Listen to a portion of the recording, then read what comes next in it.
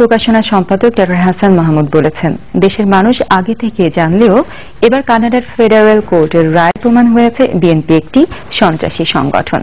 আজ ধানমন্ডিতে আওয়ামী লীগ সভাপতির রাজনৈতিক কার্যালয়ে বাংলাদেশ আওয়ামী লীগ আয়োজিত সংবাদ সম্মেলনে তিনি এই কথা বলেন। এ সময় আওয়ামী লীগের দপ্তর সম্পাদক ডক্টর আব্দুস সুলতান গোলাপ, কৃষি ও সমাজসেবা বিষয়ক সম্পাদক ফরিদুন নাহার লাইলি, শিল্প ও বাণিজ্য সম্পাদক আব্দুস সাত্তার, সাংস্কৃতিক সম্পাদক অসীম কুমার উকিল, ত্রাণ ও সমাজ কল্যাণ সম্পাদক সুজিত রায় নন্দী উপস্থিত ছিলেন।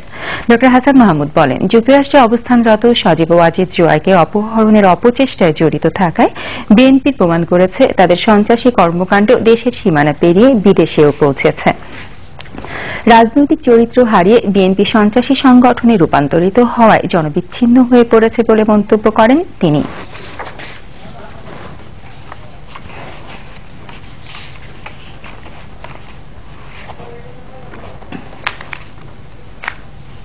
আমরা এতদিন ধরে যে কথাটি বলে আসছিলাম যে বিএনপি তার রাজনৈতিক চরিত্র হারিয়ে একটি সন্ত্রাসী সংগঠনে রূপ নিয়েছে, কানাডার ফেডারেল কোর্টের জাজমেন্টে সেই কথাটি উঠে এসেছে।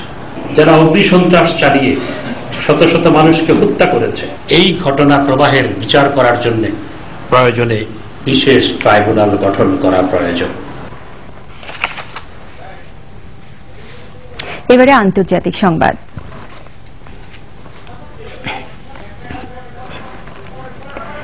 সিরিয়ার সরকার এবং বিরোধীদের মধ্যে সুইজারল্যান্ডের জেনেভায় নতুন করে শান্তি আলোচনা শুরু হতে যাচ্ছে আজ।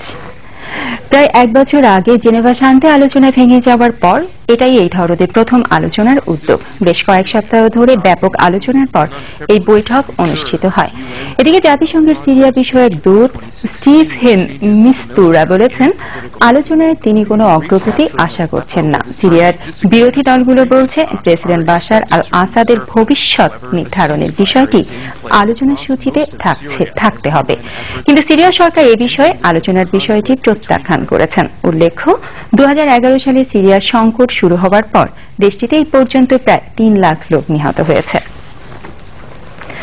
দক্ষিণ সুদান, নাইজেরিয়া, সোমালিয়া এবং ইয়েমেনের অনাহারে থাকা অন্তত 2 কোটি মানুষের জন্য জরুরি অর্থ সহায়তার আহ্বান জানিয়েছেন জাতিসংঘের মহাসচিব আন্তোনিও গুটেরেস। এই 4টি দেশের দুর্ভিক্ষের মতো ভয়াবহ বিপর্যয় ঠেকাতে তিনি $4.4 বিলিয়ন অর্থ সহযোগিতা চেয়েছেন আন্তর্জাতিক সম্প্রদায়ের কাছে।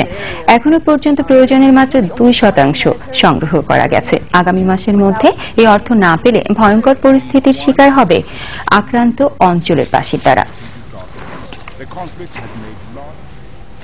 যুক্তরাষ্ট্রে বসবাসকারী অনিবন্ধিত অভিবাসীদের সেই দেশকে বহিষ্কার করার দিক নির্দেশনা দিয়ে নতুন করে জারি করা আদেশের নিন্দা জানিয়েছে মেক্সিকো। গত মঙ্গলবার মার্কিন প্রেসিডেন্ট ডোনাল্ড ট্রাম্পের প্রশাসন এই সংক্রান্ত এক পরিকল্পনার কথা জানায়। এতে বলা হয়, যেসব লোক যুক্তরাষ্ট্রে অবৈধভাবে বসবাস করছে তাদের অধিকাংশকেই নিজ দেশে ফিরে যেতে হবে। কিন্তু মেক্সিকোর পররাষ্ট্রমন্ত্রী লুইস বাইট কিয়েরাই বলেছেন, তার দেশ এক দেশের উপর অন্য দেশের চাপিয়ে দেওয়া একতরফা সিদ্ধান্ত মেনে নেবে না। তবে এই বিষয়ে আলোচনার জন্য 2 জন শীর্ষস্থানীয় মার্কিন কর্মকর্তা